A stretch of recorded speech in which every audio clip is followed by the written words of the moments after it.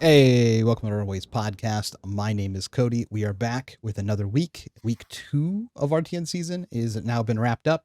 We're starting to get a better picture of what the meta looks like. So we're going to go ahead and give our initial thoughts on what this meta looks like, even though we're going to probably see some major changes coming up shortly. But before we get to that, Lucas is back. He has been away for a little bit. I don't know. He was just busy for some reason. He couldn't get on the podcast. But Lucas, you went to an RTN this weekend, Mhm. maybe two, but definitely Yeah, one. since the last time I was on the pod, I went to two RTNs. The first one I went to, I played Count Your Blessings new, the same deck I played in Memphis because that was what I had. And I made top four, and then I lost to a teammate Tim Long. And then in the next RTN I played, I made top eight, and then I played a teammate, so I just conceded because I didn't need the invite. So my FAB week has been pretty boring in the results aspect, I suppose. But I've been playing a lot. I've been doing a lot of grinding, which is something I don't normally get to do. But I've been able to quite a bit. I've done like 6 or 7 drafts today, so I'm Well, happy. that's good because we have this tournament called London Pro Tour coming up. Yeah. And since we don't get the draft in person at all for the set because none of the RTNs are draft, we have to do as much online as possible. Noah, I haven't actually heard about your weekend. How was your RTN Well, weekend? firstly about this comment that none of the RTNs are draft. 3 out of the 5 that I'm going to in this season are drafts. So Dude, you're like spoiled. I guess Like I'm just lucky. Yeah. I haven't played a draft RTN in like a year. This weekend is back-to-back drafts on Saturday and Sunday coming up, so it's pretty hype. That is rare for every other area. Just so you're aware. Oh yeah. I know. I'm lucky. I mean, some would say lucky, some would say unlucky, but I like playing drafts, so I consider it lucky. But yeah, this past weekend I played just one CCRTN, played Vis. Just had some unfortunate luck in top eight against an assassin, where assassin does the assassin thing of sometimes when they go second, they just have like the nuts hand of it was like misplayed into um, the 2 for 4 surgical into CNC, and my hand like blocks 8 and turn 0. I only made 1 rune chant, so it's just like very sad. And then I just kind of had to block with good cards and lost from there. But I'm hoping to get an actual top 4 in RTN coming up this next weekend in draft. Been struggling, but I hear a lot of Viscerize, especially people that have like talked to me about the list and how I would change it for our 10 season, have been doing pretty well throughout. So at least based on the results, Viscerize continuing to be a good choice and continuing to put up numbers. So happy there at least. Yeah, easily the most winningest deck. Mm-hmm. And Dan, you and I went to the same RTN. How was your fun experience playing Mario? It was pretty interesting. Yeah, it was my first time playing Mario in paper. I just copied Tommy B's YouTube list with sideboard notes. I brought the deck literally because someone in the community provided all of the sideboard notes, so I figured I'd chip it. I think his deck is very good. I think his sideboard plans are very reasonable. Now it was a tough day though. I got my deck just absolutely hated me for the early rounds. I went 4-2, but I lost rounds 2 and 3, and it was the most brick city hands I've ever drawn. And it's so unlikely in this deck. If you look at his deck list, there's less than 6 brickable cards in the deck, and I would do a juice line where I'm using my snaps. I'm gonna draw 3 cards, and the 3 cards are Death Touch, D-React, and I only sub 2 D-Reacts for the matchup. And it's I don't know what to do here. I guess I'll lose. But against good opponents too. There's also learning the matchups. I lost to a Florian. And of course after the game, okay, I would play towards this end game differently next time, that kind of thing. But no, I had a good time. Deck was fun. I used every second of the clock every single round. So I don't think I'll be playing Mario anymore because that doesn't really vibe with the way that I like to approach tournaments. I need a little break. Yeah, I don't know. It's a fun event. It was sold out. I don't know how many people was it. 64. I'm guessing. Oh, it's 48 people. 48. Yeah, the store cannot hold any more than 48. Yeah, literally all the tables are full. Yeah, I went to the same RTN. It was fun. I think all of our RTNs are sold out for the next several weeks. People are looking to try and sign up for some, and they're like mostly sold out. So that's pretty exciting for growth of the game. But I got bored of Zen, and I just don't want to play Zen. So I decided to play New. Kind of fashioned a little bit of my own build. It went super well. I mean, I was punting some pretty bad mistakes in my first couple of games, and then I learned how to play the deck. I ended up not dropping any games all day, and then we just conceded the finals. It was great. Got a bunch of store credit. I can't complain. New was fun. It was nice to play a deck that like I had to actually think about a lot, because once you've played a deck for so long, like the same deck for so long, everything becomes so automatic. It was nice to be like, okay, actually, what do I do here? Oh, this is a cool thing. I'm learning stuff, and it was very nice. Yeah, I had the same experience. Yeah. And I reckon it feels so punishing when you mess up. Like you feel it for the next couple turns, because you're like Arsenal ends up being clogged as a result, typically. New does not feel that way. I would like make a mistake, and then my opponent would overblock, and I go, oh, I got bailed out. All this stuff. Well, that's the other thing. No one needs to know about this. You can just throw your prognosis for 1 and get 9 block out of them. Yeah. I played it, and I was like, huh. I don't know if new players are good or people are bad at playing against new. It's one of the two. Like, I think it lowered my respect for good new players.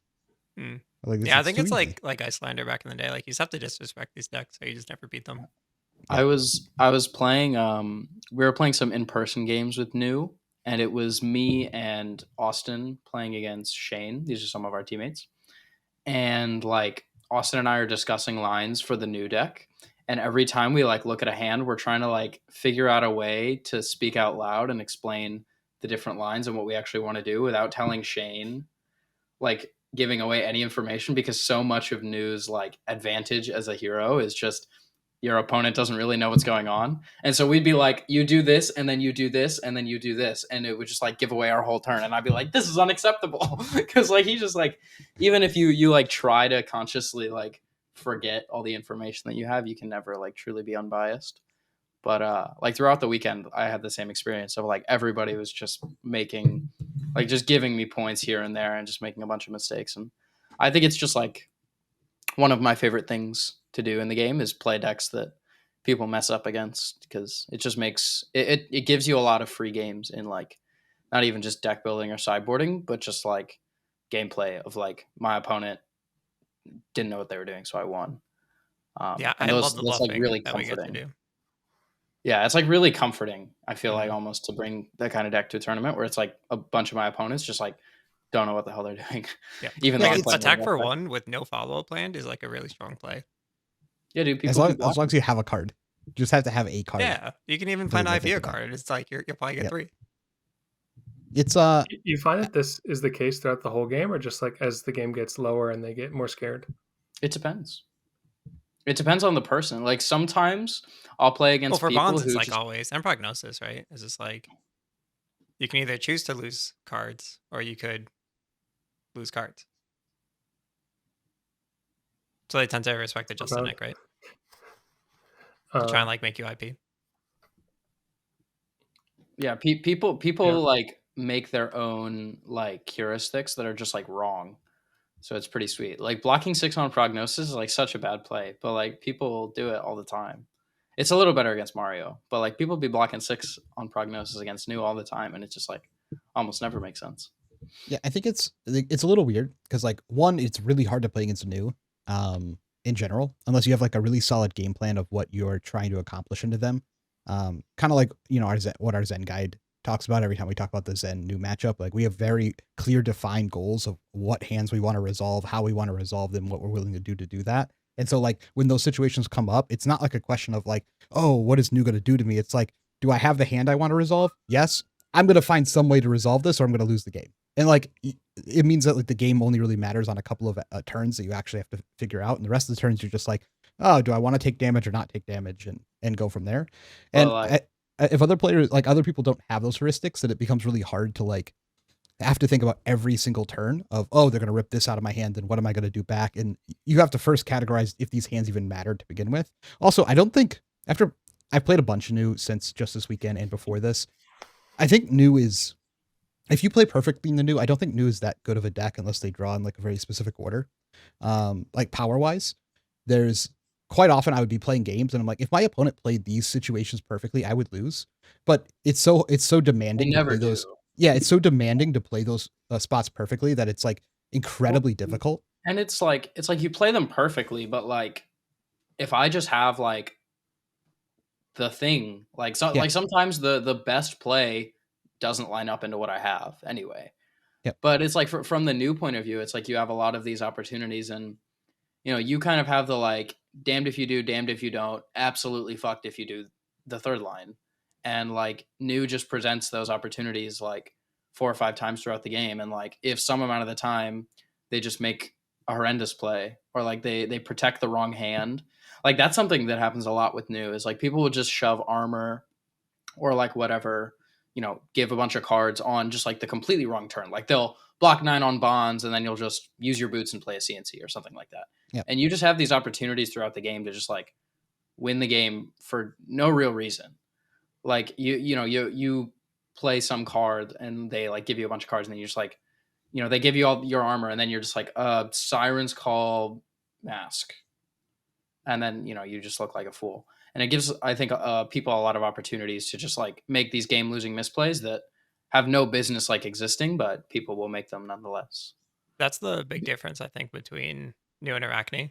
Like using Prognosis as an example. If Arachne plays that, you can block 1 or you can block 6. And like half of the time you nailed it and you just like stop them. Where against new, you're just like screwed. It doesn't matter. Like you block 6, they banish a card from hand with Mask. Well, You block and 1, they like, go like Just a Nick. well, and Take you 12, like heal 4. they gain life when you block cards as well. Like you can't block with your blues that are like Yeah, it's high just all impact upside all on the new time. side. Like, yeah, they have a lot more go again because they have, I guess hiss and stains are like the same ratios, but Noah, you look like you want to jump in here. Oh, I can't wait, dude. I've been waiting edging for in? y'all. Yeah, So, go ahead, okay. get in here. So, I mean, I've been the one trying to play against new. I feel like in almost every format, it started back in like when I was playing KO, when MST heroes were still legal, just like trying to figure out how to like assess what a new player is doing. Do you find that when people play against you, when y'all are playing new, that they're like actively looking at the cards you block with? Because I think that you can really get a lot of information about a new player's hand if your opponent like blocks with 1 or 2 cards and keeps like 3 to 4, right? Based on if they have an arsenal, you really like know what they have. this is like a huge thing for me. People do not do this. Like I was having so many situations where like I would block in a way and then I would attack them and I'd be like, you should know that like I can't have this thing here. Yeah. But like people just won't pay attention. Like I had a game where I blocked with a Just a Nick. And then I attacked with, this was on Talishar, but like I blocked with a Just a Nick. And then like I swung Mark Dagger. And then I attacked with like a 0 for 3 or something. And like they were convinced that I had Take Up the Mantle. But like if I had Take Up the Mantle, like I would just keep the Nick. Right? Because I would like Nick back bonds or something. And so they just like gave me their whole hand and I like texted them. I was like, what the hell are you doing? And they're like, I was so sure you had Take Up the Mantle just to Nick. And I was like, did you like even pay attention on your own turn? Yeah. And there's like a lot of situations like that where like I'll block with like a Venomous Bite or something. And then that'll be like the card that they choose to play around that turn. And it's just like stuff like that. I feel like people do that often where you kind of give people a lot of info as new. Especially also like a bunch of your games go to second cycle and nobody tracks that shit. Like people should know basically every time you activate Mask second cycle. Like people should always know if you have a chi, and people are still out here just like surprised that when I see them that I pitched on turn 1, that there's a chi behind it, which is the other card I pitched on turn 1. Like stuff like that is kind of silly. So track their pitch, look at their blocks, constantly be checking their graveyard as well. Like the new deck only has so many like tricks that they can actually like make against you. It's like Hiss, Venomous Bite, Nick, and then Equipments and Cheese. I think I don't want people to think that I'm talking like bad about any of our opponents or anything. I think it's incredibly difficult to play against a new. We've had this discussion, and you have to take risks still. It's not like you can just like you have to take risks. Yeah, you have to be like, you did this weird thing. I think you have just a Nick, so I'll cover it. Yeah, but make sure the facts line up. So there's also weird things that happen. Like, watch what they block with, but also watch why they're blocking. If you send an on hit and they block with a Just a Nick, it doesn't mean they don't have a Just a Nick set. right? Yeah. Like that's like, you're like, well, of course they would have kept both of them. Well, not if you had non-hit, right? Like you have to know why, because there was plenty of games where I was like, oh, I have to block with this, and then I played. They're like, but you blocked with adjusted deck. I was like, because I had to. You threw a thing that was going to eat my arsenal. Like I had no choice. Like I'll just play the other one. Like, or anything else. And there's honestly a lot of the situations there is no right answer, and you just have to just piece together as close as you can to what you think the right answer might be, and then what you need the answer to be, and just play to that line. I think the biggest problem that people like make when they play against new is they make guesses based on like what their opponent could have. Like every time I play against somebody and they're playing against me as new, they're like, especially if there's somebody who talks out loud, which first of all, you should probably learn not to do that if you do that. But like they'll just be like playing around the strangest things, that like if you like I could have it in theory, but there's just so much information that you have. Like you have access to how many of them there are in their graveyard, how many of X thing is in their pitch, like how many times have they pitched cheat throughout the game, and like you mentioned what they blocked with, what they blocked, what did you throw. Like I feel like people often like make guesses or try and make assumptions based on cards in hand against new, but if you just like kind of piece together a puzzle for all the different things that they could have in a situation, a lot of the time you find that like you can actually just like sniff out exactly what they have in X scenario, a lot easier than I think people believe you can. Like a lot of the times playing against new, you should be able to just like basically say you have X card plus one of these two other things. Like you have just a Nick, and then you have either a Chi or a Venomous Bite, something like that.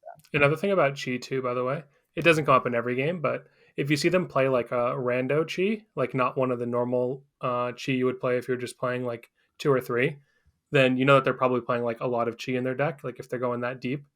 So yeah, you can like get some information of, okay, this is a build that maybe I can keep cards to throw an on hit because it might be more disruptive against them, or I should just expect them to be masking me more. Yeah, it's like Passover, Path Well Traveled, Grain, the Tips of Scale are basically always in the decks, and then it's like it goes like Rising Sun, Setting Moon, then you see some it goes like Homage. Yeah, it's like Homage, Rising Sun, and then like Stir the Pot, Preserve Tradition is like the 7th or 8th. Yeah. I didn't have Stir the Pot in my deck. Yeah, it's the cats, dude. When you see the cats, that's when you know they're going all out. And after the tournament, I was like, I kind of want to cut one of these good Chi and put in Stir the Pot, because the amount of times I want to shuffle my deck during the game is like way too high. Like I'll play several Chi, and I'm like, I really want that Chi back. I really wish I had a Chi that shuffled my deck. Yeah, I cut Preserve Tradition for Stir the Pot, because especially when you're pitching like reactions and stuff, you're like, I need that Justin Nick I pitched. Let me shuffle my deck and hopefully get it back. I heard. So this is what he does have going for him. He's got Schism, which way overperformed all weekend. Oh, they were shuffling my decks with Schism, and I was so happy. True. Every time they played, I was like, oh, let me shuffle. Yeah, that makes sense. Lucas, what were you gonna say? What were we talking about? We were talking about shuffling decks. Yeah. I had somebody message me and ask me, like, I think it was Matt McInnes. He messaged me and he was like, "Are you sacking the new mirror because you're not playing Stir the Pot?" And I was like, "What the hell are you talking about?" And he was like, "Because when you shuffle your deck, you get like closer to your Chi and you can like activate new first." So apparently that's some like mirror tech, is that you get to start new and first if you Stir the Pot. And that just makes perfect sense after playing a whole year of Zen. Like all I want to do after I flip Chi is shuffle. Yeah. Well, the difference in new is you shuffle because you don't want to draw Chi. Like it's because I have Chi, Preserve Tradition, Chi somewhere in my pitch stack, and I want to make sure that shit gets a little bit more. I see. Yeah. But then sometimes it's annoying because sometimes you have the flip where your stack is like levels, Path Well Traveled, levels, and you're like, I just want to get there. Noah? I was going to add one more thing about just more tactics to try to combat assassins, because I feel like this is probably one of the like least talked about things in terms of content for FAB, is like in general how to defeat top tier decks. So like the other thing I try to look for is to assess their build first. Most assassins aren't like killing you in 3 to 4 turns. They give you a little bit of time to understand what they're trying to do, like what their game plan is. So if you see someone like this past weekend was playing red and yellow shred in Marionette, and so like I know if they're going that deep on shreds, and I've seen them pitch like maybe 1 or 2 cards. They were playing the trap that marks you if you have go again. I'm like, okay, this deck like basically can't have CNC in it. I'm just like, it's been 3-4 turns. I haven't seen one, and I've seen these cards that lead me to believe that their deck is built in a way to fully leverage like the assassin synergy. So I'm just like not going to play around CNC for the majority of the game, just based on like this assessment. And I think this is what you were saying earlier, Cody, about like you have to like make some gambles. This is like a gamble I think you can try to make, is understanding their deck building and what like tech options they have in their deck. In his instance, it'd be like, are they playing Weakest Link or not, or are they playing Erase Face and other matchups, that kind of thing. But what about the funnel web? Going back to Arachne, they don't need CNC. Yeah, but I'm talking about like, can I Arsenal D-React and like not get shit on? Oh yeah, that's fair. That's like the What about relevant the part is like backstab funnel Arsenaling web? a What D-React about the to be the backstab? best player or the worst player, right? Yeah. What about the backstab, Noah? I But agree. I backstab think doesn't do anything. I still get to have my D-React. No, they're a funnel web. Yeah, they go backstab. Oh, you're talking about they just hit Yeah. two. I think Dude, you're I talking won about so the many physical games with card funnel web. backstab off of Mantle. Like just to Okay. guarantee lethal. That's pretty guess. Like swapping okay. backstab. You and be turn like, something pump. in. Wait, you turn something into backstab? Yeah. No, Mantle is irrelevant to the conversation because like you Okay. target. So then I was gonna just say, respond. yeah, you just respond to mantle. The Mantle makes no sense. You should have stopped while you were ahead. Wait, For here's sure, the just the funnel web. Wait, that doesn't work at all. Why is this card in the deck? Because you just play raw. Yeah, you just like raw dog like backstab. Yeah. 0 for 3. It like chips 3 damage. I agree. And sometimes when you play Take Up the Mantle and say target backstab, people just don't respond with their D-React. No, but both times they had no cards that All right, dude. remaining, so it like didn't matter. Well, to be fair, we now know the rules. You could probably rewind that. So be like, oh, I didn't know what you're targeting. If you Judge, hold on, I've gained too much information. We can't. so we mantle can't actually do targets, this. so you can pass over the target for mantle, Mhm. and then mantle just gets Allegedly. the plus. Let's like make sure that this actually works this way. By the way, Yeah, I mean, there's no way to like totally fizzle a Mantle because Yeah, you can't fizzle it I because don't think so. yeah. Right? yeah, because it just gives target stealth. it just won't transform into anything. Uh, Wait, it transforms into nothing. no, There's- it does not. Wait, target. it doesn't target. It targets Wait, your hold on. attack action with It targets Yeah, stealth. it doesn't target If in it's the graveyard. attacking a marked hero, instead it gets +3, and you may banish an attack action card with stealth from your Oh, graveyard. If you do, the okay. target becomes a copy. So yeah, you can absolutely. backstab cheese. Yeah, you can absolutely do that. It's like a Zuri where like you don't know what's going to happen. Yeah. So if you didn't know they were going to go into backstab, then you could Yeah, get. you can get them. If They they do don't have a just window to respond to respond, take up the mantle with D-Reacts, which Okay. if I they're have If dead you to play too many, backstab- then they just hold back, right? Well, the hope is that if they're dead to the backstab that they can see is in your graveyard, they'll play the D-Reacts, but not everybody is quite that savvy. I Yeah, do but you want don't know how many pumps to are coming after. make one Oh, more that's point fair. That's fair. on new. I do think overall, the deck is. It feels like the deck needs those edges of your opponents making mistakes in a lot of games. Not all the time. Sometimes you just draw gas and like there's just like nothing your opponent can do. But there's like plenty of games where you play and like you need your opponent to make some mistakes in order to really get the edges that you need to play the game. Because if they kind of ignored what you did on some turns, or they knew to ignore them, or they knew to just block out and not take damage on certain turns, then it feels like you're going to run into some issues converting with new. It's Yeah, not like I you can think get the deck would be behind pretty easily, and then you can't come back because you have to eat health to have a pivot turn. Yeah, I think the deck would be pretty unplayable if people could see your hand. I think Okay. that's like a good like way to put it. Is Well, we have I cards feel that like do that now. So you're saying Yeah, cut from the cloth, stonk? That's what I'm thinking, man. I think it's like worth not always a whole lot, but like I do think that there is like most of your power plays get blown out by like some exact way that they block. Like usually there's some play where you're like, I hope they don't do this thing. But it's like they have like 4 options to choose from, and that's like maybe that's like the second best line anyway for them. So it's like rare that they actually find Well, it. Yeah, my opponents Sometimes kept like it's- perfect blocking my bonds, and it was really frustrating. It's a lot Sometimes easier simpler to than do that, against though. Marionette, I think. Yeah. It's just like course. I play Pain in the backside, and I'm just like, don't block. Like if I really hope you block this, so I get an extra card from your hand, so that my next thing gets the other card, and now you have down 2 cards, and then they're like, I block this, and I'm like, man, if you had just not blocked that, I would have got +1 damage on the other thing I'm going to play anyway. And it's like, but they don't know that. Like it's hard to know if they, because sometimes I throw it Yeah, and I go, sometimes you please get the don't block spider's this, bite, right? because I'm going to get absolute gas with this card. Yeah. But there's enough of those times where you're like, I can only take one card from you, and when you you're gonna send back more damage than I can handle in this trade. Hopefully you find a way to give me an extra card. Happens in a lot of turns. Is you just hope your opponent gives you an extra card. They usually do. They usually just do. stop blocking It's assassins. crazy. That's the tip, right? Yeah, no blocks. There might be a world where no blocking, like an assassin match most of the time is probably correct.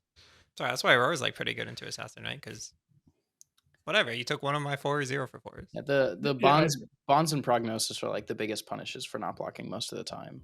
Yeah, They're also the biggest punishes for blocking. That Syndra was kind of similar to that too, Dan. Where like Syndra and Tanu was pretty good from the Syndra side. Yeah, that's like the bonds and prognosis are like the big ways you like keep people honest in that way. But if you just don't block, otherwise, Oh, dude, I think it's Prognosis usually is like- it's like usually not right to never block. But Yeah. I do think people do not exercise their God-given right to say no blocks in Raw nearly enough. So Prognosis is my favorite card. There's like so many times where I'm like, my hand's like 2 reds, 2 yellows. I'm like, dude, when you What are the juice, odds of I just blue want to do on that my deck right now? prognosis, like it feels so good. Dude, someone Yeah, blocked yeah. their only blue against me and just kept 3 reds, and then I hit blue. Yeah. That's funny. No, my favorite play is you go prognosis, you say no blocks, you go mask, and you like banish the only red from your hand. Mhm. It's pretty sweet. Cool. Shall we get on talking about the RTN? Yeah. We play results. assassin now. Cool. Yep. Everyone's gonna go play assassin. Well, everyone is playing assassin. Yeah, now. it's We're like only a we'll league get to deck. we'll get to the RTN results. So, number 1 most winning deck this previous week is Viscerai at 24 wins, followed very closely by Syndra. I don't know where these Syndra players are because there are 0 in New Jersey. Yeah, we had like 1 the PA in that capped event. I've seen a couple at every event I've gone to, and I've seen they've just not done super well. So I don't know where is tearing up with Syndra.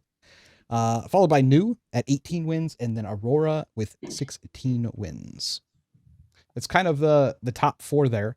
Anything, I mean, besides Syndra for me personally, is anything shocking in there? I mean, even Syndra for me is like not shocking. Like I think it's just like Aurora, right? Like it's like a good RTN deck. You just show up, you play it. People don't have the lists that can beat you. Mhm. Like whatever, you just like win a bunch of games. Syndra special is like so very linear, and if they make a mistake, they just lose. So what you're Yeah, saying? like the don't guy know how who to just block. yeah, like the guy who just won the calling in Christchurch on Syndra said he'd never played a calling before. Like he said that he like picked up the deck like super recently. That's Really? I heard that he said that. So Well, I mean, you could just watch some of his games and yeah, make I mean what he called it was perhaps not perfect, but like he literally won a calling with the deck. Like surely people out there can win Road to Nationals with the No, deck. the deck's But- good. I just haven't seen it out in the wild. I keep going to Oh, tournaments sure. expecting to be like to have a quite a bunch of few in- Syndra. I have tech There's for quite a it. few in my locals. None of them show up. Yeah, we were like This area 80% hates it. assassin at our event. Yes, it was. Syndra's also I think relatively cheap to purchase as well because it's like mostly commons and rares. I mean, for the core deck, yeah. Yeah, I mean as well. It's like But- Mask Momentum and like Flip Knives. Nah, it depends what version you're Yeah, the running. Because a equipment lot is of like like $800. yeah, and the ignite and the D-react and like depending on like what version you're running, all that stuff's actually really I mean, expensive. it's surely like much cheaper than like Assassin, right? Of course, I Like mean, if you want to, I mean, but like if you want to play like a new good deck, if you want a cheap deck that's extremely powerful, I recommend Zen. yeah, that deck is really cheap right now. But Yeah. but Syndra's His like new legendaries deck, are like $10 instead of $200. Aurora's pretty cheap as well, right? maybe I don't know now. Need a tuning, but probably. you Yeah, don't but I need a mean, tuning, who cares?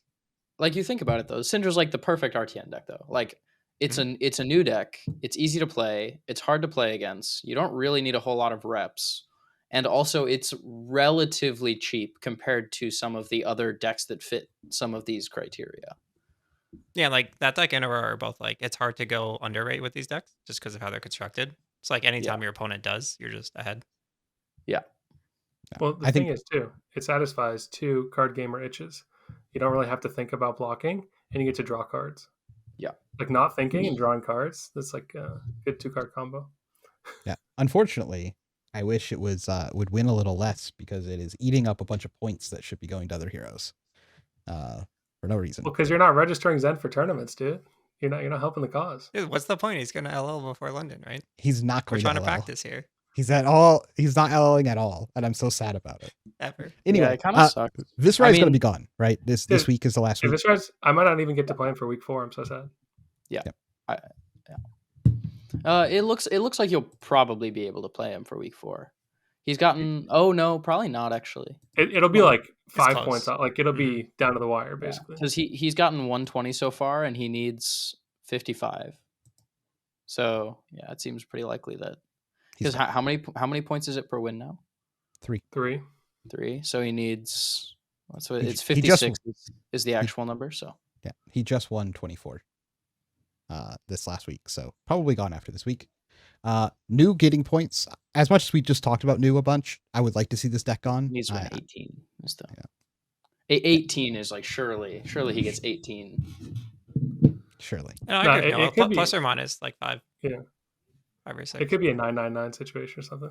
Definitely gone by after RTN though. Yeah, There's yeah. no way he doesn't get 18. No chance Yeah, no for question. anything post RTNs. And also crucially, if you look at it, Zen definitely not gone. Yeah. Zen needs 78 points, and he has gotten 27 so far. So it seems like we have a little bit more Zen. Now it Seems is like we're ready interesting for London though. already. It's possible that so callings are worth 50, and Zen has gotten 27 so far. 28 plus 50 more. So if he stays on track for the next 2 weeks and he wins a calling, then he Yeah. would LL. There's Which also like historically he's 15 been great battle at. hardens as well. So when is it now? I'm still It's thinking he's gonna go. 218. Maybe another Briar where it's 996. I don't know. Like people bring Zen to bigger events like Battle Hardens and Callings. 1, 2. Or we're just coping and There's we're the only last people who believe in the deck. yeah, And we we'll have just stay forever. 2 callings and 1, 2, 3, 4, 5, 6 battle hardens. And I doubt that all of these battle hardens are CC, and battle hardens are 25. Oh man, this is gonna be close. Yeah, 6 battle hardens and 2 callings, and he needs to win either one of the callings or 2 battle hardens, most likely. Yeah. Okay, Dan. Picture this. We fast forward in time. He's 977. Okay. And there's one more battle hardened. Yeah. Do What do you we do? do you like still test Zen or do you? Oh, I'm not testing Zen regardless. I'm already ready to play Zen. You don't think the deck changes when Viscerai goes and like potentially other decks pop up? Yeah, there's oh my god, I don't know. Yeah, there are Might 2 swap battle some sideboard hardens. cards. The core There are doesn't 2 change, battle though, really. hardens the week before that are both class constructed. That's awkward. Also, the team battle harden in Milwaukee. I don't know how LL points work for that, so I assume that battle harden is actually not for LL. Oh, wait, maybe that one's like 75. The juice. Huh? No, Like no, each no. one gets 25. Dude, that'd be hot. Surely not. This one's also CC. I think it looks like all the battle hardens are CC from what I can see. So yeah, it looks like 5 CC battle hardens, 2 callings, which I believe are both also CC. Man, this is gonna be. Wait, are you counting the battle hardens at the callings? No, I'm not. So that's Oh. 2 more, right? Assuming that these are both, yeah. So I guess it's 7 battle hardens then if you include those. Yeah. Yep. That's gonna be like really, really close. Actually, This that's is kinda, be highlighted when they announced the change. I wish they would give like yeah. 2 Because week a bunch of these are so for what it's worth, there are the 2 battle hardens the week before, and then the closest event that counts for points before that is 3 weeks before. So there will be a weekend where it potentially like is on a razor's edge and we don't know like a week before, but hopefully he just LLs 3 weeks before, honestly, but we'll see. Yeah. There's a lot of events that weekend. There's a battle harden and a calling, so who knows? Okay. Just to recap some of the other ones, we have Mario with 9 wins. That was one in 5th, followed closely by Prism. Then Enigma at 7, Dash.io getting 5, and Zen all the way down here at 5. And then basically everyone else at 4 or less wins there. So Sag on the Zen here with 5 wins. I don't know. All that makes sense to me. I mean, that's basically what I've been seeing. I think maybe 9 wins for Mario is too high. I think that deck is trash can, but I think so too. No, Arachne's pretty Dude, good. Trash Can And is it's so very harsh, popular. man. I don't know. It's very popular, but I think that deck's bad. I have yet to be impressed by that deck. I'm waiting for someone to crack it. Both times I played against it, my opponent did a 3-card 20 on their first turn going second. So I was very impressed with it. I do think they're. How'd they get 20? Yeah, it So was I think Save of they're. Bloodshed, Kiss of Death, Yeah. the React that's Oh, and the worth 6? 6, That's what I was thinking. Flick, draw into Codex, get it back. Ah, Codex, there it is. Yeah, Dude, it's pretty good. forget the rest of the mats. Just do 1 card 12. Yeah, their kiss additional effects flick is like the best thing that they do. Has been. It's really those 3 cards. It's Tarantula Toxin, Kiss, and Saber. Yep. And then at the end, you just mantle. I'm not completely writing it off. It's just every build that I've seen and every match I've played against it, I'm very unimpressed by the deck. It always feels like the deck either doesn't do powerful things or the powerful things could have been prevented or mitigated somehow. Yeah. That's how it feels like to me. Like, it feels like once I know how to play against this deck perfectly, I'm just like not going to lose to it very much with anything. Yeah, that's my concern with playing the deck. Yeah, put Calming Breeze in your deck, resolve Calming Breeze on their turn. I really think Calming Breeze is whatever. They cannot mark you. None of their cards have a text. Move on with your life. There's other ways to mark. They're not running those other ways. Yeah, what other ways outside of running, like literally spending a whole card? Yeah, I think the problem there's is D-Reacts and there's Mark of the Prey. Yeah, there are other ways to mark, but they're kind of awkward and not always played a whole lot. But it's like Den, Lair, and then you have like Mark the Prey. Mm-hmm. Some people are still playing like Public Bounty, which, maybe. Yeah, I think one of Public Bounty is really strong. I can be convinced. Okay, well, we spent a bunch of time talking about new. We've talked about the RTNs. I think it's time for some podcast questions. Unless anyone had anything else they want to talk about for this RTN season. New best deck, please, LL Zen. Well, sure. But sorry, Zen best deck. Go out and play Zen. Get my man some Living Legend points. Dead. He's unplayable. You be quiet. Be quiet. I mean, the numbers show that Aurora could just take over once her armory deck drops, right? Like if that has like any number of reasonable cards in it. I'm considering I think if that card that you search off of the one card, it also comes in blue, I think Aurora is like the best deck. It's not close. It's lightning cards. They'll probably just print it red and yellow. That's pretty good still. Like being able to tutor a resource card is like a. Do you tutor it? I thought it like banished it. Is that to your end? I think it tutors it. I'm pretty sure, but we don't have to. I actually have it pulled up now, so. Oh yeah. No, you banish it and you may play it this turn. So yeah. I guess they don't make those kind of cards where you like add to your hand. The blue would not matter. A little. Yeah, they ban them when they do make them. Yeah. It is died. All in all, keep winning with new, please. I would like to see this deck go in the near future. I think the deck is annoying to play against. Yeah. Even though I was the one playing it. I just felt bad. I'd put a Bonds in play, look at my opponent, and be like, I have 3 options depending on how you respond to this. There is no good answer here. Dude, my favorite is when you Bonds and you just activate Mask and pass. Like they like give you like their whole hand and you're like, I'll just set this fucking Nick. Go. Keep my Arousing Wave, keep my Tunic. You draw up, it's like Prognosis. You're like, this is good. Life is good. Life is safe. Is unfair. Okay, next for podcast questions. These are asked by premium members of our Discord. If you'd like to be able to ask questions on the podcast, see any of our deck lists with deck board and sideboard notes, talk to other people, find people to practice with, and a whole bunch of other features, as well as follow along with our Hero of the Month, which this month is Mario. Feel free to join in the link below. First question here comes from Colton, and it says, what's y'all's favorite album? No, somebody else can go first, actually. Okay. I'm gonna give a top 5, so I'll let other people. Oh, I was gonna go for a top 3. Okay. Just do top 3. Don't make it too long. Okay. Okay. My top 3 is Book 2 by Yoasobi. 2? Yeah, you don't like 2? That's the green one. Yeah, I know. Pink is so much better. The first one? He's actually trolling. No, I think the second one's better. No, get out of here. Anyway. Okay. Well, anyways, the first one is still in top 10. Good. It's not by a wide margin that the second one's better. Number 2 is My Everything by Ariana Grande.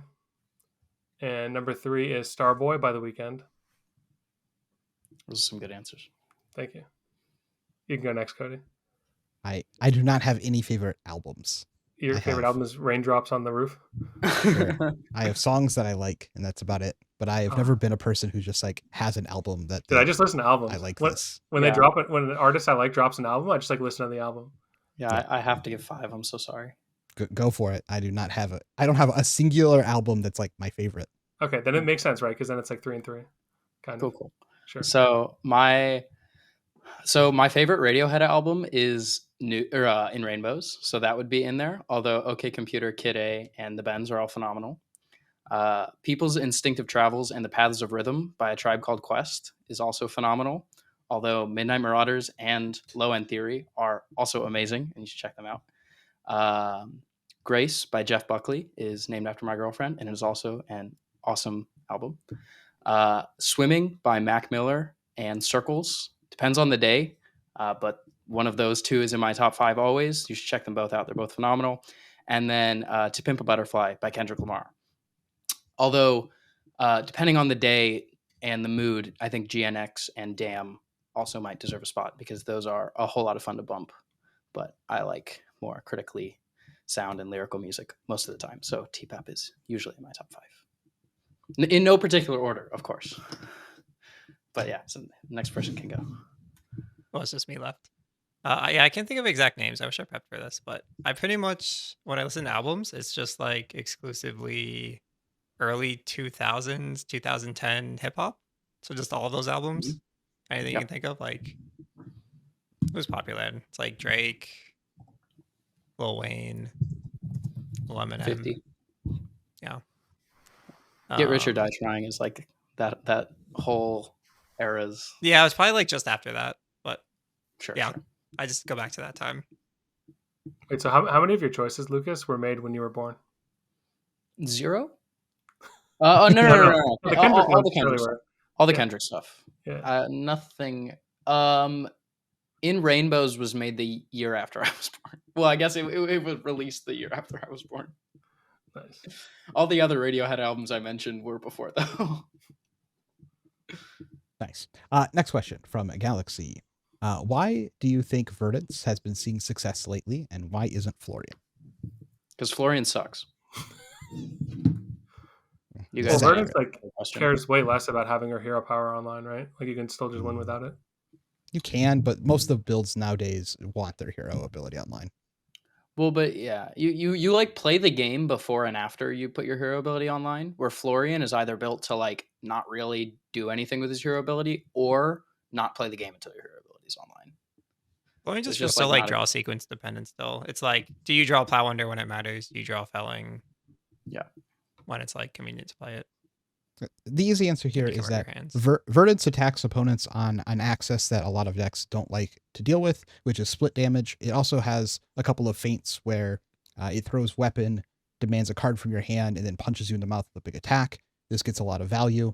The other things that it does, it sets up a combo turn, and the combo can kill out of nowhere. It also gets an extra half of a turn due to the fact that it has Storm Striders. So there's like a lot of tricks that like if you're not aware of or you don't have a plan to play into, and if the Verdance players you're practicing with aren't very good, then you can really get blown out pretty easily on this deck. So you're seeing people who are specializing in Verdance or putting a lot of time into Verdance have a lot of success because they're getting a lot of extra points off people being unprepared.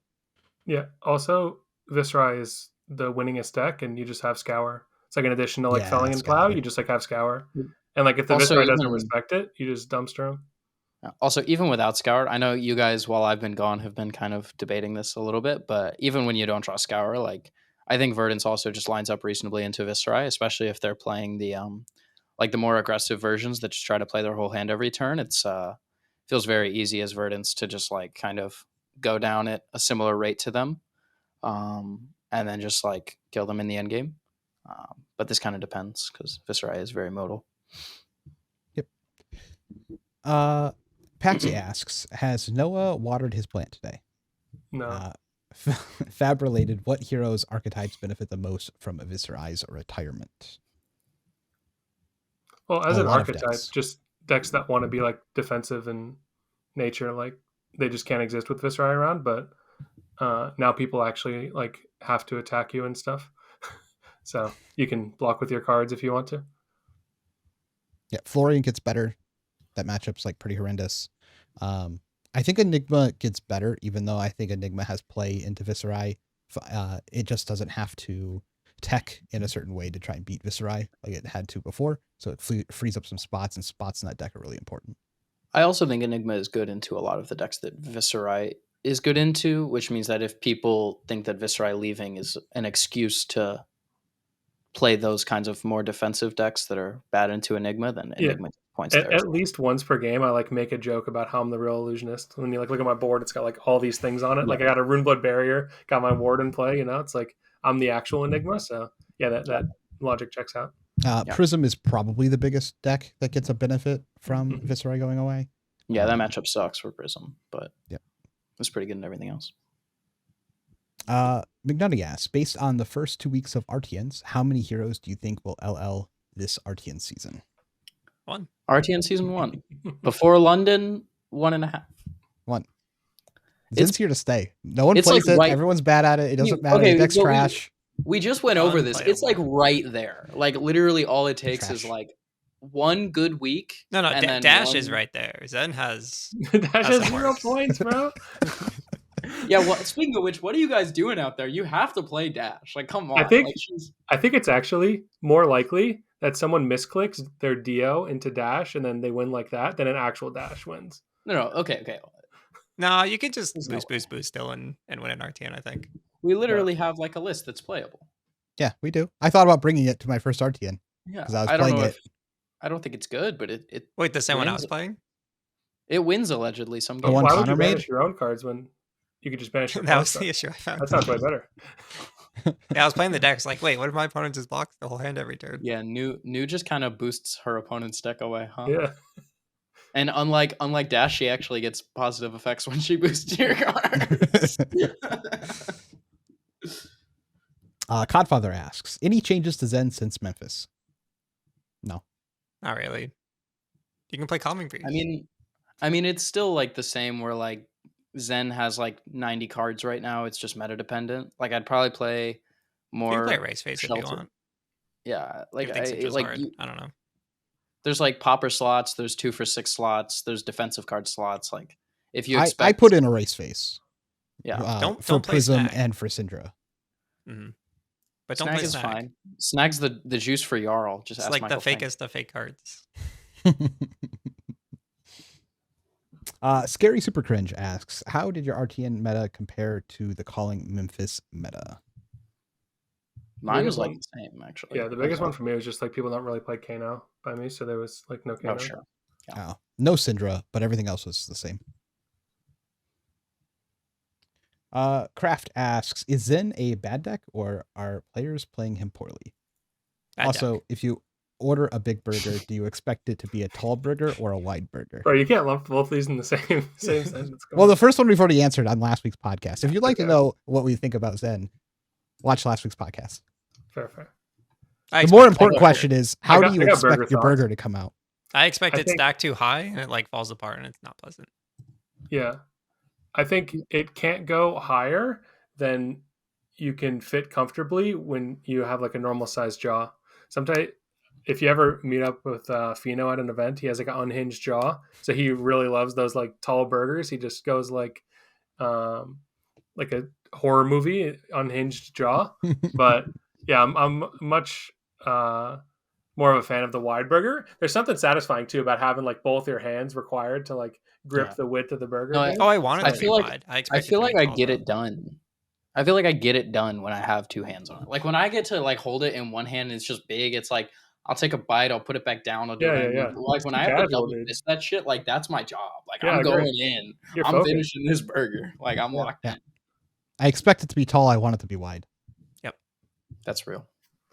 Wardo77 asks, Dan specifically, what are your top glue cards for each class in the hunted draft? Cards that make the heroes more consistent if you get them in your deck. I don't know why it just preferences Dan directly. Do you think Dan's voice is being silenced, or like? No, I wonder if it's like that or something I said last week, or it directly says Dan and then the question. So everyone else, shh. Yeah, let me rapid fire. I'm gonna go through. I know this guy. He didn't even ask me. That's messed up. The question was the glue cards for each hero is unlimited, right? Yeah. Yep. Okay. Like, what do you need to play them?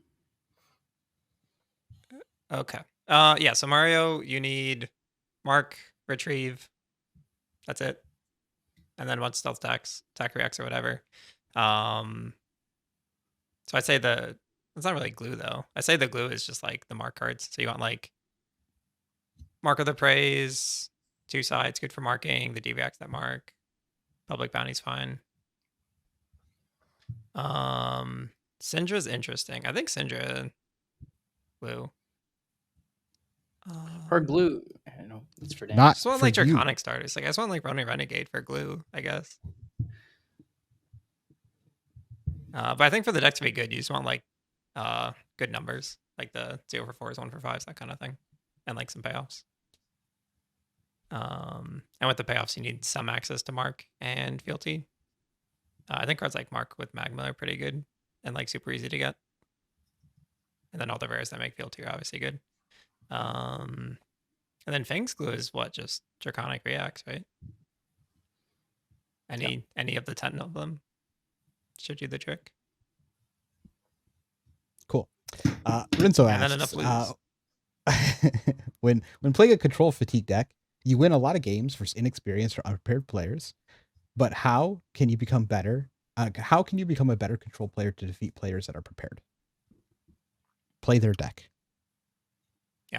Yeah. You play their deck, and also like a more in-game concrete thing is kind of what Noah was talking about earlier. But as the control player, you have the ability to like prey on your opponent's tendencies. And you can do this by not only like gaining information from like how they block and how they block consistently, but we talked about this forever ago on the pod where like you can make plays with assassins specifically that are like a bit weird rate plays. But you're just trying to like get your opponent to make a mistake or get your opponent to misplay. Like, for example, let's say you're playing against somebody who just like every time you swing misblade, they give you armor, like or block with a card. Like every time they never let the misblade hit.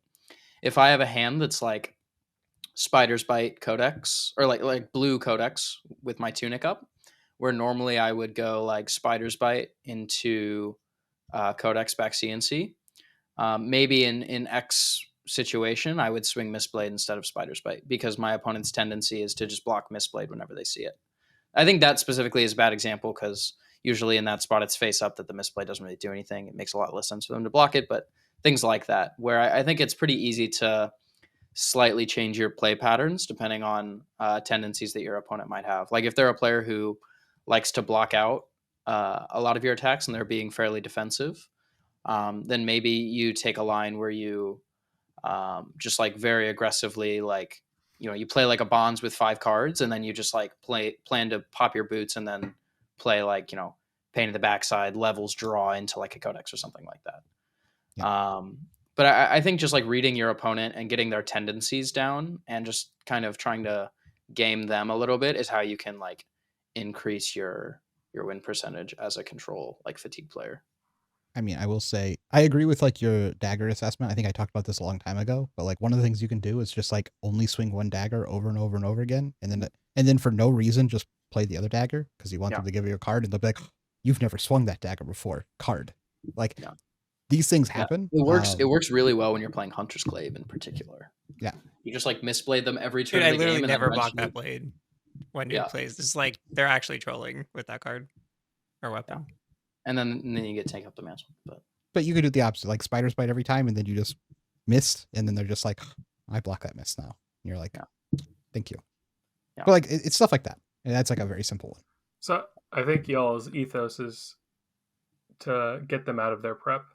Like they prepped for one circumstance, and you want to try to make a play that gets them out of what they had prepared for. I think this can also come in the form of like certain tech cards you include in your deck, especially if you're planning to like fatigue them where you're presenting more than 60.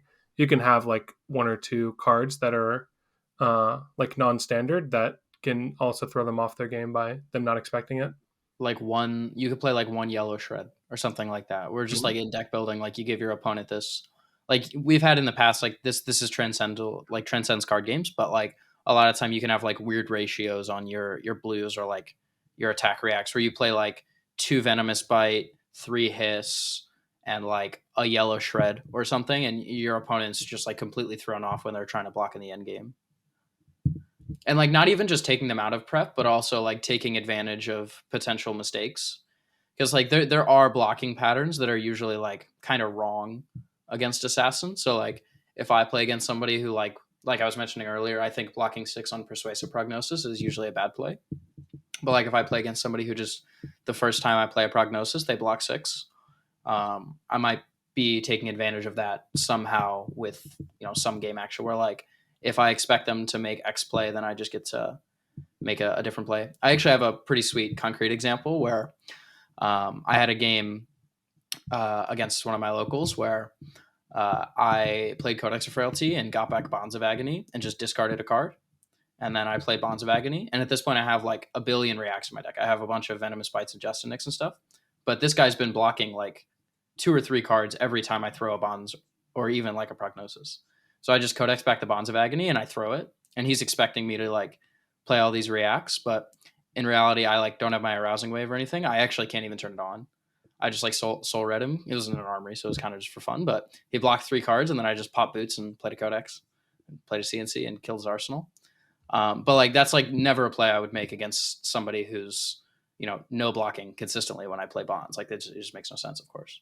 But I think you can kind of do things like that when you kind of have a read on what your opponent's doing. A lot of times people talk about having the read as the player playing into the assassin being like a big edge, but you can gain the reverse read, I think, almost to a larger degree as the assassin if you play it properly. Agreed. And then sometimes someone's not going to play their gloves, so you just win the game on the spot. It's great. Oh. Nice.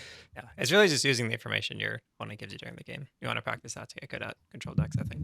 There's a good exercise you could do. Like when you play and you're swinging daggers, you should try and see if you think this is going to be blocked or not, and see how right you are. You should be able to guess quite often if you're paying attention and you know what's going on, if they're actually going to block your dagger or not.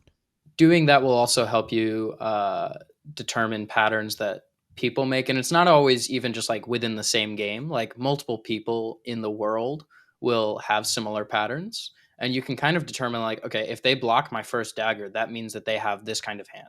Like if they block my Mistblade with a card, like surely their hand is bad. And they just like want to block this turn and they want to take no damage. So like I'm going to try and exploit that somehow. Like maybe I just like pass, right, instead of doing anything. And like you can, yeah, go ahead. I'll also say the most important thing about being a control player is knowing when your pivot turn is.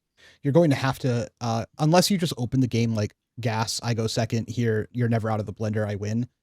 You're going to have to find pivot turns, and you're gonna have to identify where in the game is the correct time to take the pivot turn, because especially when you're playing assassin, you're gonna have to take a lot of damage to do it, and then hope to keep them in the blender afterwards. And I think going through your games and thinking about if you should have pivoted off of that, and sometimes the pivot is like, I'm going to use my arms on this CNC to make sure that it hits, and that's like part of your pivoting. And so like you need to be very conscious of, when do I need to pivot? How do I need to pivot? How aggressively do I need to pivot? Like this needs to be a very big conscious effort that you're making in your games when you're playing a control deck. Yeah, like if you go surgical and they block 4 and then you play Pathwell Traveled and you activate your hat and they banish a card, sometimes it's right to just pop your arms. And I like that you're operating on like 10,000 ping right now, but we got it. Nah, Cody knows what I'm talking about. I know. Yeah. He mentioned this like 2 minutes ago. Yeah, I mentioned this 2 minutes ago. Like sometimes you just soul read them and know that they're never going to activate their arms, and then you block perfectly and they never activate their arms, and you win the tournament or the game, and you lose the tournament. Works every time. Yep. Okay. Next question from Ram Coppins. It says, what does the process of building a competitive deck as a team look like? How do you stay on the same page throughout the process? We don't. You don't. That's the neat part. You're not supposed to. I think if you want to make a book analogy, it's like there's a book that has many pages. All the pages are like all of our ideas, and we're constantly just flipping the book back and forth, trying to argue that like our page is the right page that we should all be reading from. That's more what it's like. It's like Uh, cookbooks. It's like this is the right recipe, but like everybody's Well, it's a recipe is mix. kind of similar. So some people do it noticing. Some people like read the pages that the other people are pointing out, and then eventually, Yeah. through enough teamwork, it all comes together. I don't know. Quite Usually, someone often has it's to like prove it, though, right? Is what I find. yeah. I mean, Dan, you and I have done this quite often where it's like we're on the same deck. Mhm. I'll go work on it. You'll go work on it. Then we'll come back and say, did we find things that are similar or different? And what is similar and what is different? And what is your version struggling with? Yeah. Usually what happens is Cody will start playing a deck and I'll start playing a deck. And then 2 weeks later, Dan will start playing the deck. And then Cody and Dan will start talking about the This is deck. And backwards. then me and Dan will start talking about the deck. And then 2 weeks after that, Cody and I will start talking about the deck together. And then we'll be like, oh, we've been on the same page for half the time and we just had no idea. And then the one time that you ask Lucas directly on how to play a deck, and if the deck is good, it turns out that the deck is terrible, and you waste 2 weeks practicing it. And then you was play the pretty deck that I good. was working on for the past 4 weeks. Yeah. Dude, we should have just never faltered. Yeah. But it's okay. But yeah, I think that the like for real advice is the first thing you should do is try to use multiple heads to figure out what are the good cards, what are like the good play patterns, to figure out what hero you think is probably the strongest choice, and then iterate from there. I think it's basically almost always correct in FAB to just like find what you think is the strongest deck with the strongest cards and play that deck. So Or at least like if you have a pretty good guess of the meta that you're playing, like whatever deck is positioned particularly well into that.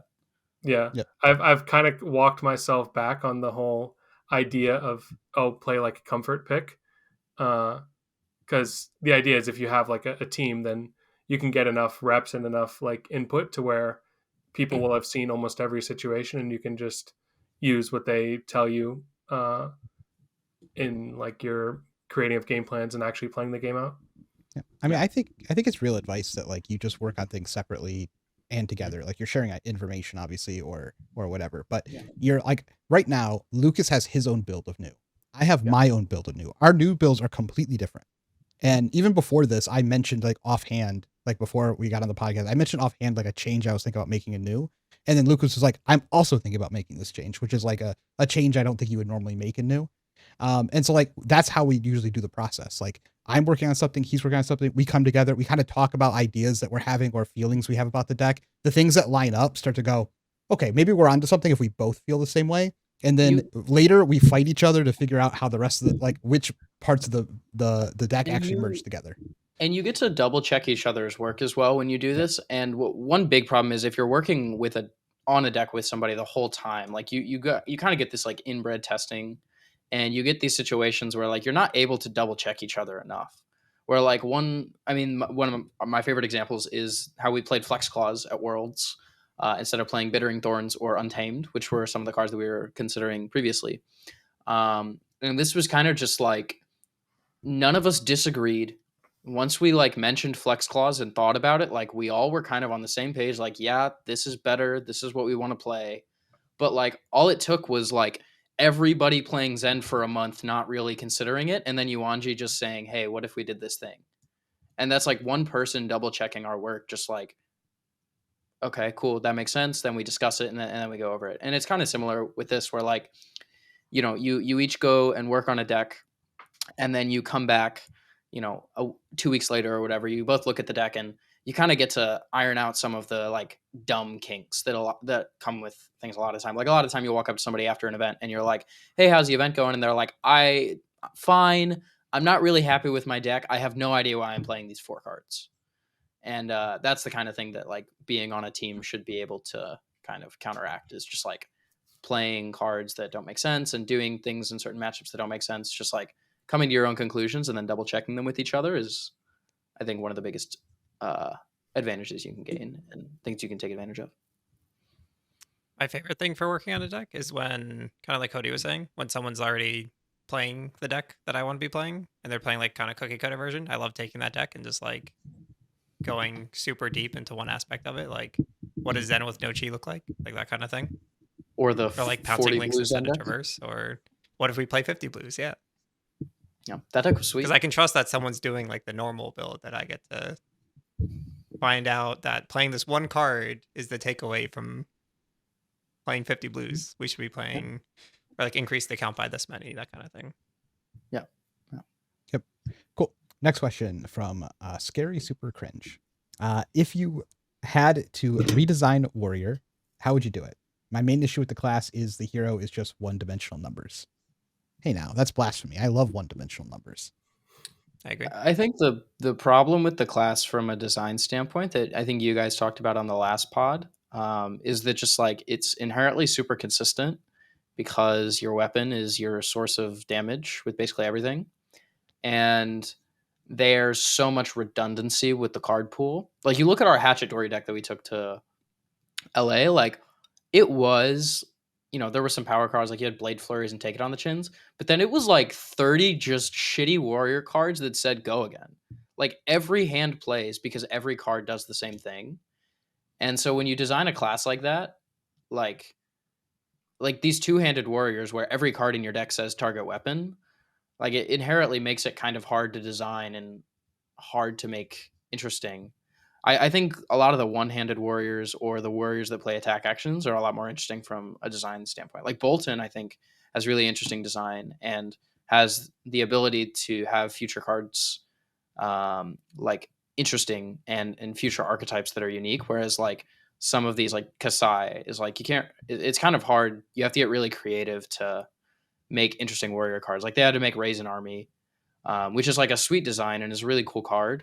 It's a really cool quest that you have to follow, but it feels like they kind of have to do that for every warrior, where since all their cards just say, you see this with Fang and like Limited, like all the cards do the same thing. So if it's a little bit too good, then we see what we see in Limited, where perhaps Fang is a little bit too strong because all you need is just density.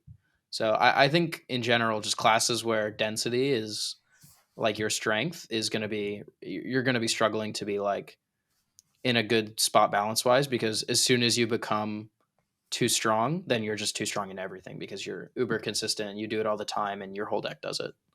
Yeah. Noah, any thoughts on how you would redesign it? Yes. Okay. Thank you for asking. My first thing is, why does shield suck? Like the whole shield design space would be so cool if they made a warrior where you actually wanted to use like a one-handed weapon in a shield. I think what would be like a really cool design for a warrior would be to incorporate this concept of like just reaction, where it's both attack or defense reaction. You can like use it defensively on your shield to do something, or you could use it offensively on your weapon to do something. That'd be like a cool design. And I think you could make, instead of having dynamos be like your shoes, that is like the theoretical infinite resource by completing a quest, that could have been like a shield design where they could have made like a set of like 2 or 3 different shields that all have some kind of quest. Maybe they could be like shunt type effects, or it could be like dynamo effect where it could remove counter if you do something, but just like a real reason to play the deck in a manner that's like either 2 one-handed weapons, 1 two-handed weapon, or like a one-handed weapon and shield is like 3 different styles of approaching the deck. I think would be really cool. Agreed. Yeah, I'll never understand why only Guardian gets to have playable shield. Yeah, sword and board warriors should exist. I want a spear. I don't know what that looks like, but please make a spear. For Olympia. I also think the real issue is, in order to play other versions of warrior, like that have attack actions and stuff, they need to make a weapon that naturally has go again. They can't do that though, because the card pool would abuse like that so poorly. But in order to play like a warrior that has attack actions and is doing interesting stuff, like it would need a small weapon that's just like, it's like opening jab and then it goes into an attack, but it needs to have natural go again. That's why I think you could have the shield. It could be like a the Jarl weapon situation, where it's like if you have a shield in your offhand, then there's like this weapon gets like -1 and go again or something. I also think the other problem is not just that it doesn't have to necessarily have go again, but the problem right now is that it's kind of silly to play attacks a lot of the time because your second attack in Warrior is usually like such a good rate because most of the power cards that the class has access to, like increase your weapons for the whole chain, like Blood on Your Hands, Spill Blood, Blade Flurry, these kind of cards. They just like lock you into, or even just like the whole hatchet archetype is like swinging the second hatchet is just like multiple points above rate, right? Like weapon rate being like 1 for 2. It's like 2 to 3 points above rate just to swing the second hatchet. So to justify throwing an attack is just like super unreasonable. So I think if they made like a weapon that was maybe below rate but was super easy to give go again, then we could see more, not necessarily below rate, but like on rate, perhaps. We could see more warriors with attacks. I think that would be cool if we had like a kind of a shitty weapon and then like a good shield, and then you play a bunch of attacks. Yep. I also like Noah's idea. Okay. Next, Cooney asks, after Viscerai LLs, which hero should Runeblade enjoyers switch to? Well, this has multiple answers. There's the answer if you want to try to win tournaments, or the answer if you want to try to resemble Viscerai playstyle. Florian. Well, I think Florian doesn't really resemble Viscerai playstyle. I think Acilio actually matches the Viscerai playstyle closest. You just like play the attacks first, and then you play the non-attack after. So I think that's like the closest thing to the like Viscerai feel of like you have some setup potential where you have big turns. What's up? Vincent feels super similar though in that aspect. Like it's the same where you just get to like set up for a turn or two, but you're like playing attacks, you're playing non-attacks, you're sequencing things. But you never like totally pop off, I don't think. Play some Vincent. I think you don't totally pop off unless you draw like Giga specific cards. Whereas like with Acilio, you can like keep looping the same Gone in a Flash every turn and have just like any generic instance, and okay, now I have my pop off. And you can kind of do a similar thing with Viscerai where like you just have like any card that makes Rune Chance, and then eventually you pop off, or like you just put like any amount of Malefics on board and then you go off. off. Sure, you're just saying like eventually you'll draw like Mordred or Ninth Blade or something. Yeah, eventually you just like draw the funny card and then it's time to pop off, and then the rest of your cards are just like filler whatevers. Yeah. Vin is definitely different. Yeah. It's kind of similar, but it's more of like you draw a hands that function. Like you're like using your whole hand, and each card like does its unique thing to make the whole puzzle fit together. Yeah. But then I think if you want to try to like win, then probably just Aurora, or an assassin. I don't know. If you enjoy Viscerai, then you enjoy winning. So you should just switch to another deck that allows you to win. I don't know what they should play, but they should not play Zen. Yeah, that was not one I mentioned. Millen asks, what is your playmat you are using the most? I use a Quiver of Abyssal Depths because I want it in a Battle Harden, and I don't think anyone wants to pay money for it. And it looks kind of cool. I like the colors. I use the new mat from Worlds. I use this mat right here. It labels me as a Yu-Gi-Oh player every time. Wow. It's pretty cool. It's got like these little flowers. It's gray. It doesn't obscure anything. It's very clear where all my cards are on the board. Why is it Yu-Gi-Oh related? The cloth mats in Yu-Gi-Oh. I could never get rubber mats because if you ever see me play, there's usually at least one time in the game where I have to look at my graveyard and I want to get that nice like fan across, and it just doesn't hit the same on a rubber mat. Yeah, Yu-Gi-Oh and cloth mats are just a thing, which I also have a spell ground that I play with most of the time. Although recently I've been switching to different rubber mats because I have like this closet is like the top shelf is like, I think I counted, it's like 26 or 27 mats up there, just chilling. I have sold all my mats except for my Vexing Quill hand mat and my new mat. I need to be like Cody. I need to sell my mats. I have too many mats. It was well worth it. I handed it to my girlfriend and said, would you sell these on eBay for me and take a cut? And she said, absolutely. And then she did it. Oh, actually, if we want to be technical in my answer to the question, I use a playmat every single day because I just use it as my mouse pad on my desk. Me too. So Same. I have a 2018 Thunder Dragon Colossus, 2019 Thunder Dragon Colossus regional mat, and I use that every day. Right now I have this Arknight shard folded up on the floor because I was eating at my desk and I didn't want to get it over the Arknight shard. Although there are crumbs. Excellent, dude. There's also dog. LL, you're just throwing them on the ground. There's also dog hair. Note self: do not buy mats from Lucas. I wouldn't buy Man, anything card related from Lucas, honestly. Yeah. no, I've been double sleeving recently to avoid such situations. Apraku asks, what type of tools do you think Rangers need to compete with the rest of the field? I, for once, would like easier and better payoffs for encounter builds. Equipment. That's I think actually Azalea's good right now. I think it's blocking equipment because I think like power is not what Ranger's lacking. Like you have Codex of Frailty, you have Death Dealer, you have Lace with, they're all broken. Like all the arrows are good. Like the problem right now is just that like you're not really resilient enough. What kind of yeah, like block do you want? Do you just want like 6 for a CNC at some point? I really don't know. It's so if you just look at it in Azalea, for example, outvalues her opponent on most turn cycles by a reasonable amount. And then usually when she gets outvalued, it's usually not by that much. Like she is one of the highest value decks in the game. She might actually be the highest value deck in the game. Just turn by turn, just consistently. But everybody else starts with like somewhere from like 7 to 14 health in play.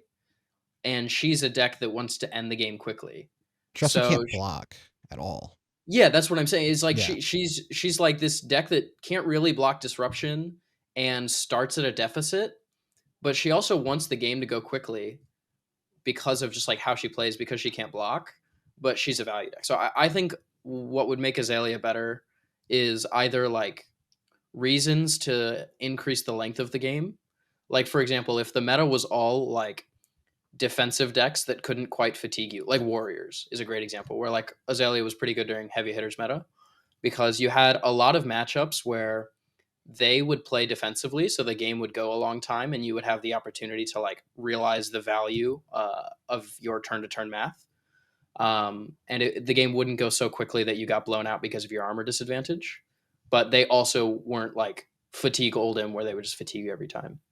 But like with cards, I think you need like armor that helps you, like you mentioned, blocking CNCs and just like, So I don't know, her armor blocks like 2. What if you approached it in like the other direction, where instead of you giving her armor, you like, or I mean, you could still give her armor, but give her armor that doesn't like necessarily block, but some maybe like a resource sink, kind of like the Vambrace concept, where you had like a resource sink armor that had like a drill shot type effect. It could be like give your arrow like on hit -1 to equipment. That would probably be way too strong, but I was thinking just but some kind of concept 3s. where like you're like whittling down their equipment over time to like even in the playing field. I think the problem is in like a short game is where you like see the disadvantage. So I think that could be good, but I think it's like she's a deck that she like maximizes her deck's power when the game goes long because she has really good value. Well, when the game goes medium, not long. If it goes too long, you just get fatigued. Sure. But like every 2 turns is like insane, right? Like yeah, exactly. Like you have draw a card. Yeah, throughout the game you just scale so well as the game goes longer and longer up until like you get fatigued. But I don't know. Maybe I think just like a meta shift or something. I don't think Azalea is like a deck that needs support. I have an easy solution. I want an arrow card that is also a D-react, so that I can D-react with it when I want to block, but I don't have to put a D-react in my deck. I can just have, it also says arrow on the bottom and it shoots. It's just both. Yeah, I didn't think anyone would think it could be a real thing, so I didn't. Hey, exactly. They made a weapon. They made an attack that's a dagger. They can make a D-react that's an arrow. Mm-hmm. Because like, what if they made like a bunch of those? What if that's like the next hero is they're all traps and arrows? That's like what the Pirate Ranger is. They could make like they could make cards that were like like an instant trap. We've already seen that as a mechanic. It could be like an instant trap that if it's played on your turn gives like a buff, and then if it's played on the opponent's turn it like prevents damage or something. I mean, it could literally what if we get something door. that's like, yeah, it could, you could make something that's like I mean you could just make trapdoor. You can make like Codex of Frailty on a D-react where like it's like a D-react card, but whenever it's your turn, you can like discard it to add an arrow back to your hand, something like that. Like a reverse trapdoor. Like you can like discard Yeah. the trap to get back an arrow. Yeah, you'd have to like balance it, like obviously super, like quite a bit because that's quite crazy. But you know, I something think like more that, armor I think shredding would be- does help though. Yeah, I think it's like modal cards and equipment block is like what Ranger is having the biggest like issues with right now. Because like right now you're so restrained with whatever you play. Like Azalea can't play cards that aren't arrows and pumps, and Yep. Riptide really struggles to play both arrows and pumps and traps and like- other cards. That's why I Like, want they're arrows that are D-reacts. They're Yeah. both of the things. Yeah. It's Because like yeah. Go or ahead. arrows that are pumps, like an arrow that's like a, Yeah, exactly. like a 1 Like- for 5 arrow, or you could just discard it to give your next thing +3. The fundamental concept of a pump is just like inherently flawed. Yeah. Like the fact that you have to keep this card, all it can do is give +3 plus some other benefit to an attack that you also have to guaranteed have. Like Viserai would be terrible if all your non-attacks had to be like nimblism type cards. Like the deck would be unplayable. Because if you play Azalea and you put D-reacts in your deck and they come in the right like spots, it is They're crazy. incredibly they're crazy good. And like if you're playing against Azalea and they're just like D-react, go to my turn, play all my stuff out. Like you're just like, I can't ever win. I'm so far behind. So You just can't put them in your deck. you just can't put them in your deck. Yeah. Big Hungry asks, what are your thoughts on hero specific card bans? Do what you got to do. Yeah, whatever they fan. want to do is fine. Just do it in a timely manner, please. Whatever balances the game the best. Yeah, I think it's probably not likely to happen just based on like card game consumer market things of it being confusing. But I think if it's needed, then they should do it. Yeah, I think it would require an extreme situation because, like you said, it is kind of logistically frustrating. But they errated a hero, and that's another thing that like is incredibly logistically frustrating. But they did it because for some reason they thought. Wait, don't they had to. literally do this already? Isn't this what they like restrict them until the hero allows? No. Hero specific bans are like this card is banned in this hero. Oh yes. Got it, Like got it, people got it. were talking about like banning bonds in Zen, but letting Katsu still play it. Right. That's a terrible idea. Doesn't bother me. Wait, it's a terrible idea. I thought you were just saying that. You'd be No, down for bond to do that. specifically. Sorry. Oh, you mean Oh. just having that card legal is a terrible idea? In Katsu, Yeah. Yeah, I agree with that one. I don't know. Every game I play, the same thing comes up. Oh, we got to make sure the ban list is really easy to go through. Dude, I grew up with Yu-Gi-Oh ban list. Man, they have like limited list, they have banned list, they have semi-restricted list, and it changes all the time. In the card, back then it was like 60 different cards on here that you had to go through and figure out, and then it rotated out. 3 months later, Call of the Haunted would be off. You know, this is long Boomer days. So Boomer out here talking about Call of the Haunted being on But- the ban list. but that was my first ban list ever. And I'm like, nothing's more complicated than that. You just look at the list and read what's banned or not. It's the same thing if it was like hero specific. It's just like, what's the ban list? Oh, okay, banned. Like, Yeah. I don't know. Yeah, and let's be real. FAB is like made for competitive people. Like Yeah. the majority of the player base right now is competitive. They're keeping up to date. Like how often do you have like people discussing who's gonna Living Legend? Oh, like what's the hot new deck in the meta? It's not like the casual crowd of I'm just gonna play my same thing and not care about what's going on in the game. Look, as if a whole. 13-year-olds could figure out how to navigate a Yu-Gi-Oh ban list back, like I'm sure full-grown adults could figure out how to work with a hero-specific banned card. And I'm those just were 13-year-old Yu-Gi-Oh players. exactly. That's like double whammy. Well, on that note, I think we'll wrap it up. Let's get out of here. Yes. Goodbye. Bye. Yeah, we're getting rid of the envelope here, Seven but Envelope What we could do in here is go ahead Darkness. and play the envelope. All 3 pitches of Envelope and Darkness.